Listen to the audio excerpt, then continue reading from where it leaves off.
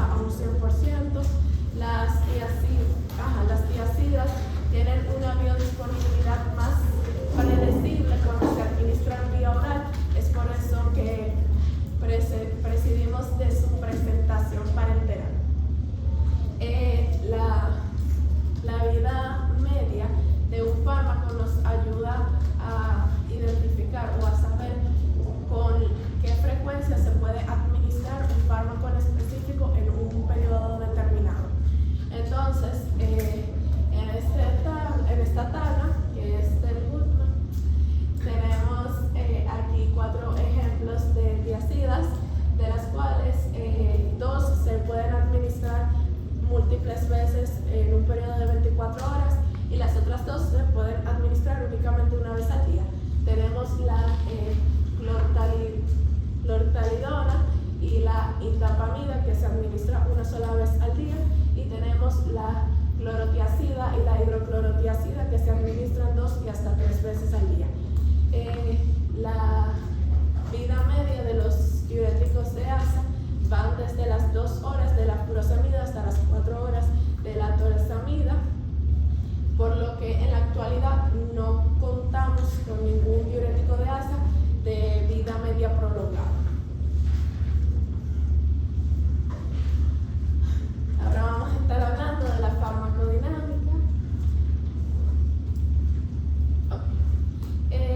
Es importante que sepamos que la relación que existe en el momento en el que un fármaco llega a su sitio de acción y el momento en el que este diurético empieza a cumplir con su función diurética natriurética está en íntima relación con la farmacodinámica. Entonces, esta gráfica que vemos aquí es una curva de dosis-respuesta de los diuréticos. Sirve para explicar la farmacodinámica de todos los diferentes tipos de diuréticos que hay. Para comprenderla, lo único que tenemos que saber es que vamos a tener un umbral mínimo. Vamos a tener un umbral mínimo en la concentración tubular, en el cual por debajo de este no se va a generar ninguna respuesta.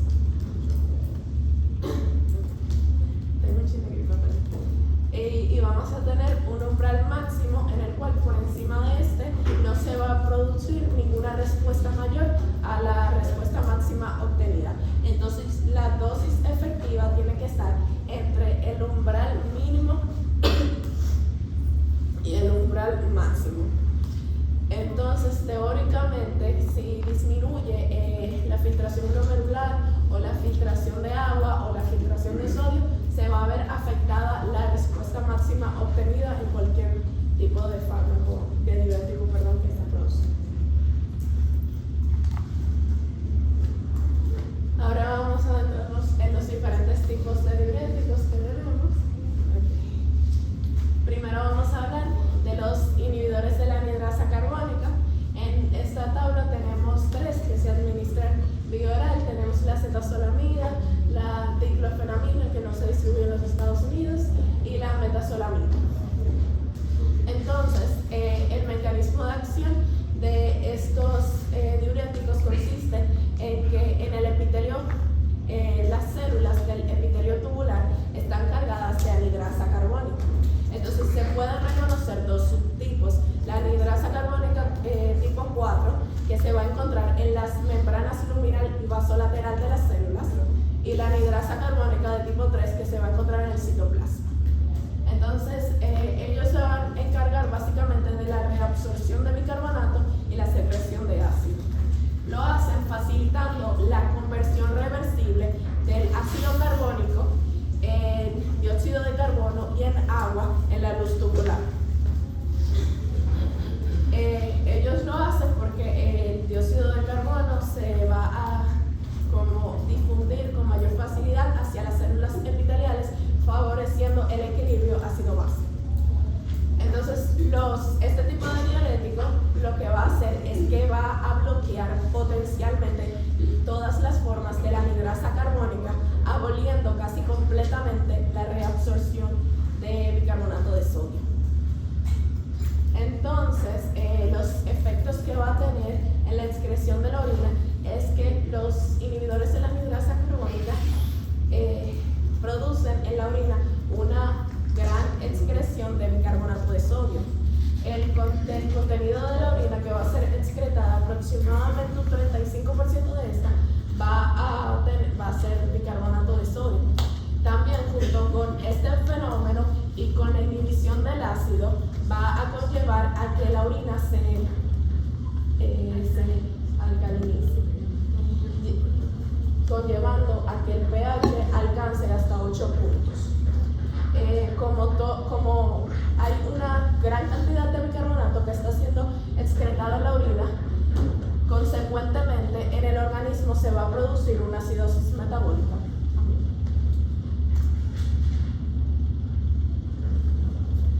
Ahora tenemos los diuréticos osmóticos. Se tiene que administrar de este tipo de diuréticos una dosis específica para que incremente significativamente la osmolaridad plasmática y tubular. Entonces, algunos ejemplos de estos diuréticos tenemos la glicerina, la isosorbide, el manitol y la urea, que no se distribuyen en los Estados Unidos. Entonces, el mecanismo de acción de estos, ellos tienen su acción más que nada en la rama descendente de la asa de Henle. También pueden participar en el túbulo proximal, pero sobre todo en la asa de Henle.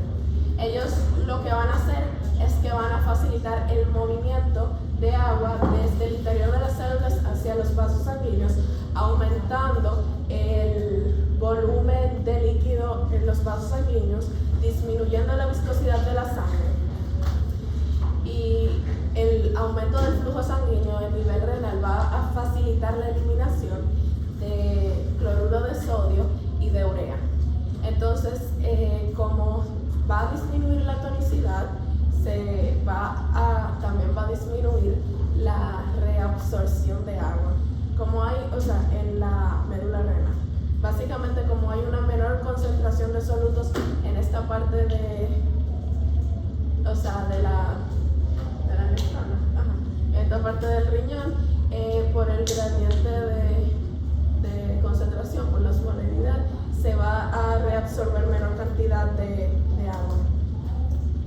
Y también estos diuréticos disminuyen la reabsorción de magnesio en la porción gruesa de la rama ascendente de la asa de Henle.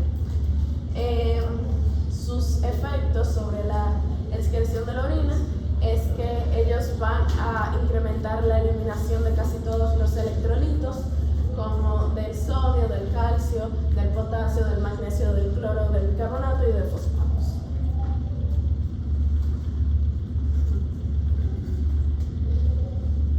Y ahora tenemos los inhibidores del cotransportador unidireccional de sodio, potasio, 2-cloro, que tienen su mecanismo de acción en la porción gruesa de la rama ascendente de la asa de Henle, por lo cual también son denominados diuréticos de asa.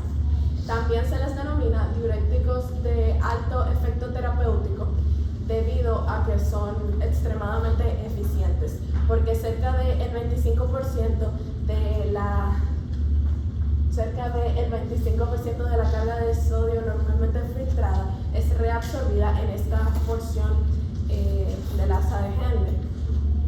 Entonces, los segmentos siguientes de la nefrona no tienen esta capacidad de reabsortiva, por lo cual no pueden reabsorber la corriente de líquido que fue rechazado por la porción gruesa de la asa de Henle. Entonces, el mecanismo de acción de estos es que básicamente ellos van a bloquear el cotransportador unidireccional, inhibiendo el transporte de sodio virtualmente. Los datos sugieren que ellos lo hacen al unirse al sitio de acción, para la redundancia, del cloro, que tiene un dominio transmembrana del cotransportador unidireccional. Los efectos que va a tener sobre la excreción de la orina es que van a incrementar de forma extraordinaria la excreción de sodio y de cloro, lo cual va a incrementar la excreción de magnesio y de calcio. Entonces, por ejemplo, la furosemida, que es un diurético de asa muy utilizado, él tiene cierta inhibición de la anhidrasa carbónica, por lo cual va a producir un aumento en la excreción de bicarbonato y de fosfatos en la orina. Y también todos los inhibidores del cotransportador unidireccional van a incrementar la excreción de potasio por la cantidad de sodio que va a llegar al túbulo distal.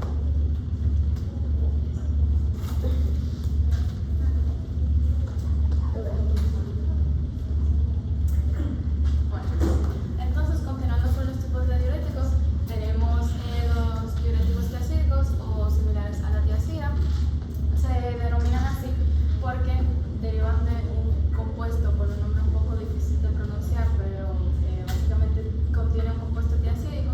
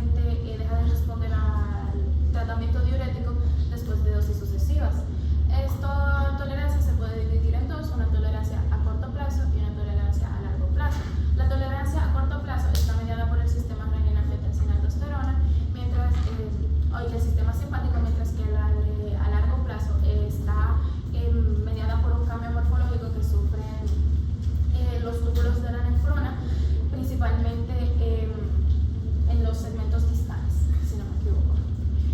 Entonces,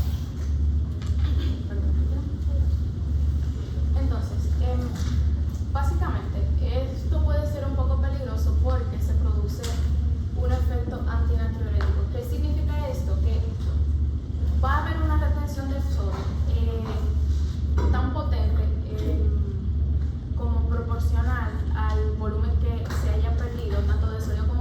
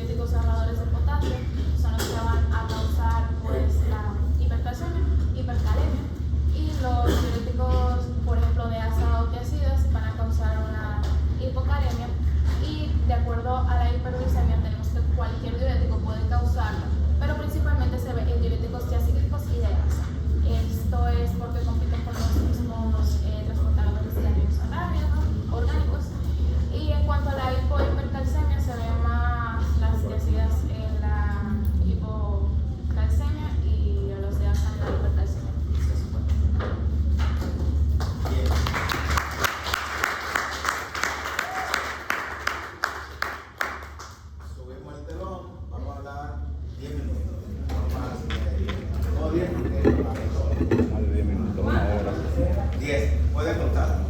¿Cómo es que no, mijo, porque Él lo pone siempre. Sí, a la 45.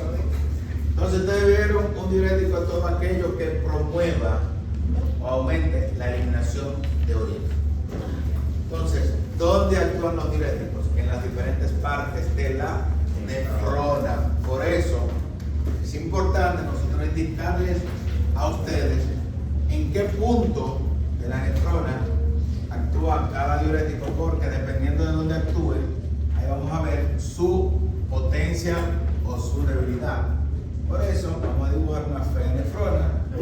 Sí, porque ni modo, yo no soy pintor. Yo nací para eso.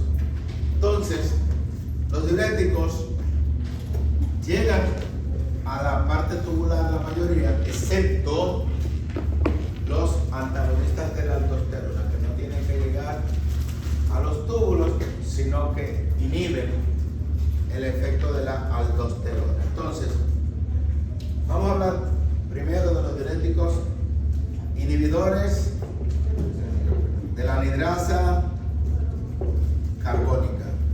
Aquí tenemos el prototipo, el maestro, que es la acetazolamida, un medicamento que se administra por la vía oral.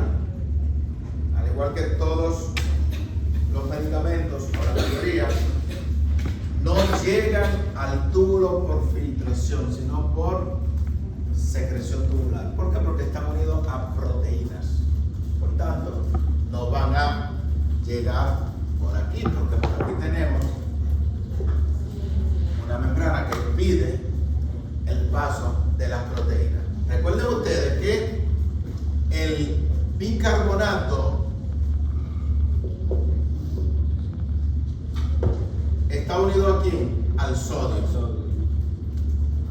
En condiciones normales hay una secreción de ion hidrógeno a nivel del túbulo contorneado proximal. ¿Y ese ion hidrógeno de dónde viene? Del ácido carbónico, que por efecto de la anhidrasa carbónica se desdobla en un ion hidrógeno y el bicarbonato. El bicarbonato se va a la sangre, pero cede un ion hidrógeno. Ahora, ¿qué ocurre? Cuando usted le da al paciente la acetazolamida, usted va a amarrar a la anhidrasa carbónica. Está amaniatada, como digo yo. Por tal motivo, no va a haber una secreción del ion hidrógeno, sino que vamos a tener su ácido carbónico que se queda en la sangre. Entonces, ¿qué vamos a tener? Que ese bicarbonato de sodio, porque comúnmente si nosotros tenemos un ion hidrógeno aquí, va a haber un intercambio del sodio que se va a resolver y el ácido carbónico se va a convertir en bicarbonato, que por acción de la anhidrasa carbónico también en la luz tubular se va a desdoblar en CO2 más agua y se va a resolver en el túbulo contorneado proximal. Pero como dimos un inhibidor de la anhidrasa carbónica, miren que la anhidrasa carbónica está en los dos lugares, está en la luz tubular y está en la célula paratubular. Entonces, ¿qué vamos a tener? Que el bicarbonato de sodio va a continuar su trayecto y se va a orinar. O sea que va a estar en la orina. O sea que tenemos una orina con bicarbonato. El sodio, ¿qué hace? Arrastra agua. Hola, ¿qué tal? Felicidades. ¿Todo bien? Adelante. Vamos a darle carácter a esto. Entonces tenemos, como dijo la doctora ahorita, una orina con un pH, por ejemplo, en 8, 9, alcalino. Pero ¿qué vamos a tener en la sangre? Un problema. Una acidosis metabólica. Por tal motivo, no damos ese diurético a ningún paciente como diurético, porque vamos a tener a ese paciente con una acidosis metabólica. Otro efecto que disminuye la producción de humor acuoso. Por eso, el tratamiento de ese medicamento es para el glaucoma, porque va a disminuir la presión intraocular, disminuye la producción del líquido intraocular, pero también disminuye la producción del líquido cefalorraquídeo en los plexos coroideos. Por tal motivo, se va a utilizar para el manejo de la hidrocefalia. O sea que nosotros como nefrólogos nos vamos a indicar la acetazolamida de ningún diurético inhibidor de la anhidrasa carbónica. Seguimos, entonces vamos a hablar de los diuréticos osmóticos. Aquí tenemos el principal, el prototipo es el manitol. Lógicamente, si nosotros le administramos glucosa hipertónica a un paciente, actúa como diurético osmótico. Por ejemplo, la glucosa. También si le administramos la urea, que fue el primero que se estudió, también son diuréticos osmóticos. ¿Cuál particularidad tienen esos diuréticos? Que solamente no se absorben a nivel intestinal. Por tanto, son de uso exclusivo en el hospital, o sea, porque solamente se administran por la vía endovenosa. Entonces, cuando yo a un paciente le administro manitol, el manitol se filtra libremente por el glómerulo, porque está libre. Entonces, donde quiera que yo tenga una partícula de manitol, ¿qué voy a tener? Una osmolaridad alta a nivel intratubular. Entonces, los líquidos, ¿a dónde van? Al lugar donde hay mayor concentración osmolar. Por tal motivo, por donde quiera que haya manitol, agua, entonces estoy orinando una diuresis osmótica. Entonces, no le puedo indicar manitol a ningún paciente porque lo usa en su casa. Imposible, no se va a inyectar. Y no tienen indicación como diurético. Imposible.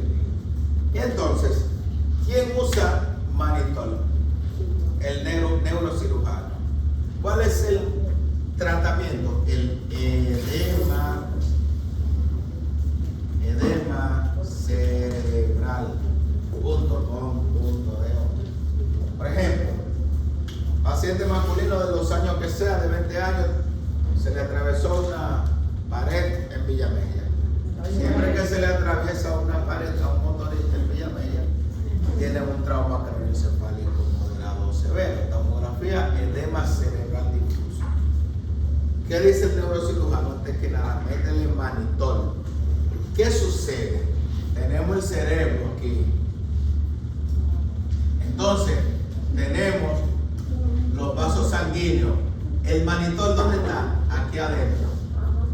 Como el manitol aumenta la osmolaridad del líquido extracelular, entonces del cerebro hacia el vaso sanguíneo corre ¿qué? El agua. Entonces el agua va al lugar donde haya mayor concentración osmolar. Entonces ese paciente que tenía el cerebro edematizado, pues como le metimos manitol intravascular por un suero, entonces vamos a disminuir el edema cerebral. Básicamente esa es la indicación de los diuréticos osmóticos. También el nefrólogo lo utiliza en la primera diálisis muchas veces. Primera hemodiálisis. Ejemplo, tenemos a un paciente masculino de los años que sea con una creatinina en 20 y con una urea en 400. Yo estoy exagerando. La urea es un diurético osmótico. Lo vamos a dializar. ¿Qué le vamos a sacar? Urea. Y le vamos a sacar creatinina. Mientras más está la urea, más posibilidades hay de que cuando yo le saque esa urea, esa creatinina, el paciente se le provoque un edema cerebral o el síndrome de desequilibrio post-diálisis. Entonces, porque le estoy sacando, mediante la diálisis, una sustancia osmóticamente activa. Para evitar ese Problema que administro en la primera diálisis el paciente, manitol, y así estamos evitando ese problema. O sea, tiene pocas indicaciones el manitol. ¿Dónde actúa el manitol? En toda la nefrona, o cuando quiera que pasa, arrastra agua. ¿Okay? Por último, porque dije que eran 10 minutos nada más, y ya se terminó. Diuréticos de asa. ¿Por qué? Porque actúan en el asa de Henle. ¿Pero en qué parte del asa de Henle? En la gruesa ascendente. Porque en la descendente y en la delgada no hay reabsorción de agua, perdón, de electrolitos, sino de agua. Entonces, en el único lugar del asa de Henle es en el asa gruesa, que hay un cotransportador 2-cloro, sodio, potasio. Entonces, el diurético de asa, por ejemplo, furosemida, que es el prototipo. Tenemos la toracemida, que me gusta mucho, y tenemos la bumetanida. Son medicamentos, lógicamente, que pueden administrarse tanto por la vía oral, endovenosa, subcutánea, etcétera, cualquier vía.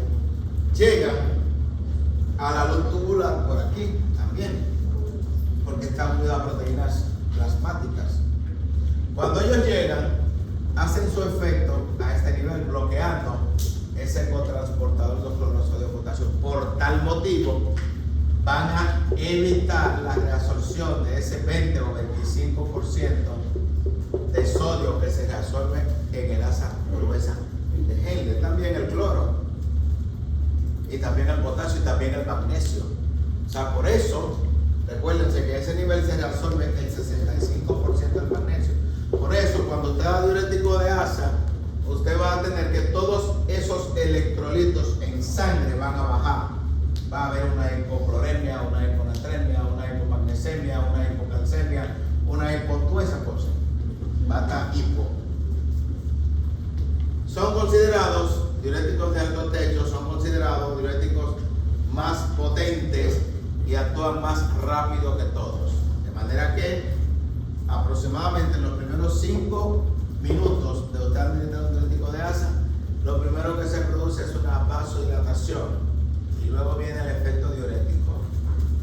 Claro que son poco duraderos, por eso lo ideal es no administrarlo una vez al día, sino 2, 3 o 4 veces al día. Efectos secundarios pueden conllevar, ya le dije, a una disminución de todos esos electrolitos. O sea que tenemos que tener bastante precaución cuando damos diurético de asa. La dosis tóxica es muy alta, porque por ejemplo furosemida, la tableta viene de 40 miligramos. La dosis tóxica es alrededor de 1 gramo. Y esa dosis puede ser ototóxico, pregunta de examen, y nefrotóxico, cuando se administran a altas dosis. Pueden utilizarse en pacientes con insuficiencia renal crónica, o sea que son los únicos en estadio 4 y 5. Pueden utilizarse Y ototóxico y nefrotóxico. Entonces, los diuréticos diacídicos, ¿dónde actúan? En el túbulo contorneado distal. Esos sí son muchos. Tenemos la hidroclorodiacida, clorodiacida, tenemos la clortalidona, hay otra que se llama indapamida, hay otro que tiene un nombre más feo que se llama metolazona. Son muchísimos, son como 20. Esos diuréticos, ¿dónde actúan? En el túbulo contorneado distal. Bloquean el cotransportador que se llama ciclorosodio a ese nivel. Ahora, recuérdense que a ese nivel ocurre la reabsorción de aproximadamente el 10% del sodio que se ha filtrado. Como evitamos la reabsorción de sodio, ese sodio que iba a reabsorberse para acá, sigue su camino y el sodio que hace arrastra agua. Pero hay otro problema, otra cosa buena. Los diuréticos diacídicos aumentan la reabsorción de calcio, o sea que ellos son considerados ahorradores de calcio, o sea que ellos van a provocar hiponatremia, hipocalemia, pero van a presentar hipercalcemia. Tienen un problema y es que alteran los lípidos, pueden provocar hiperlipidemia e hiperglucemia y producen impotencia sexual en algunos pacientes. Hay que tener cuidado con eso. Son los diuréticos más utilizados a nivel mundial, posiblemente más que la acetaminofén, porque la mayoría, o sea, lo voy a poner en el examen, es un medicamento para el manejo de la hipertensión arterial de primera línea. O sea que un diurético diacídico está dentro de los 3 grupos de medicamentos de primera línea para el manejo de la hipertensión arterial, que hay un IECA-OH2, un calcio antagonista y un diurético diacídico. Los betabloqueantes lo pusieron de segunda línea. Oye, un diurético diacídico, y casi todos los antihipertensivos tienen incluido o se pueden combinar con un diurético diacídico. Particularmente, yo no se lo indico a todos los hombres, porque lo saben, eso no se puede. Luego tenemos los ahorradores de potasio. Hay 2 grupos: antagonistas de la aldosterona. Aquí tenemos antagonistas de la aldosterona. Diana, ¿y cómo fue que se fue Flash? Sanciónalo. La espironolactona, desde 1960. ¿Qué tiempo tiene esa, Tenemos la eplerenone, desde 1987. Tiene mucho también.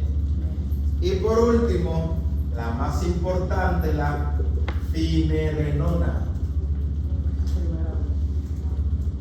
desde el año 2021, aprobada por la FDA en junio del 2021.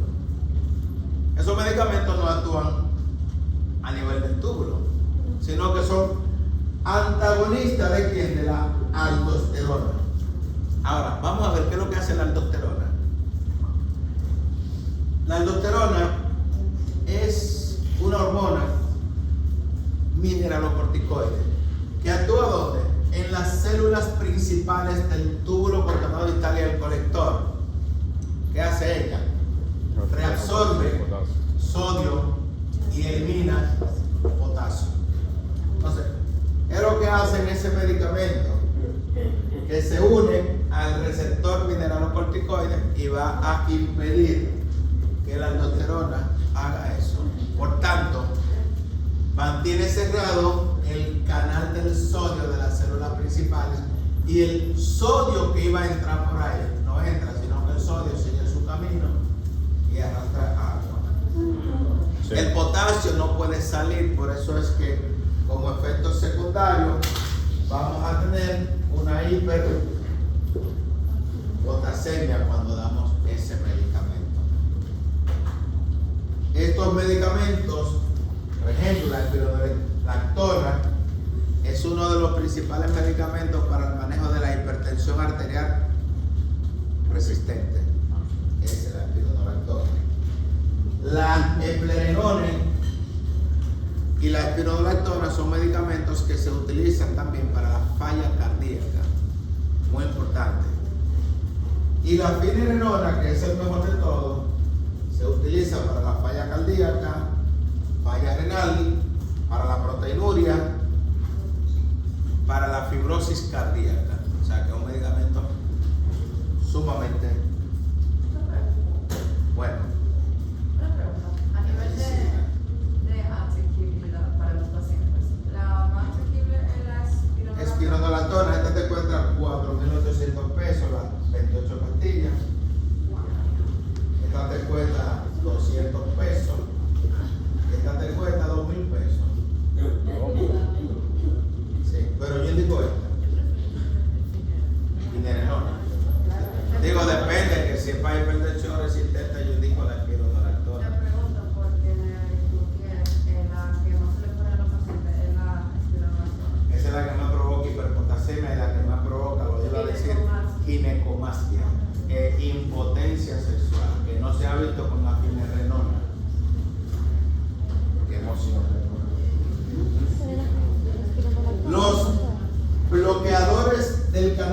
calcio tenemos la amilórida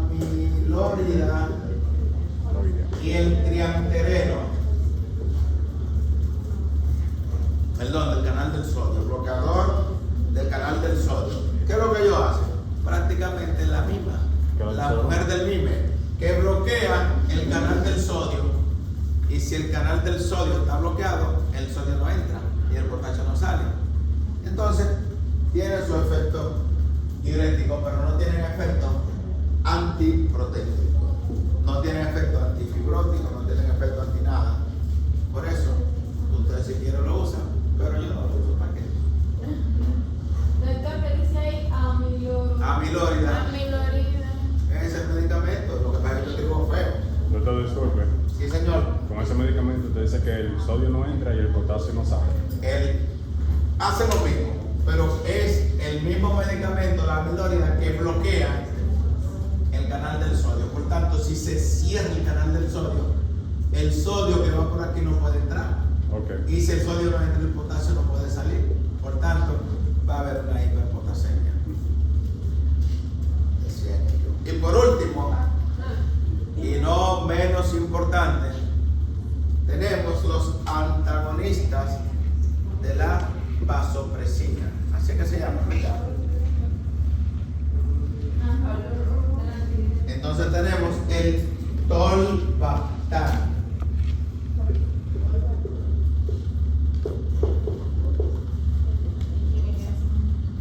La hormona antidiurética o vasopresina, cuando la molaridad está alta, se activa y reabsorbe agua, H2, para que el tigre no orine, ¿verdad?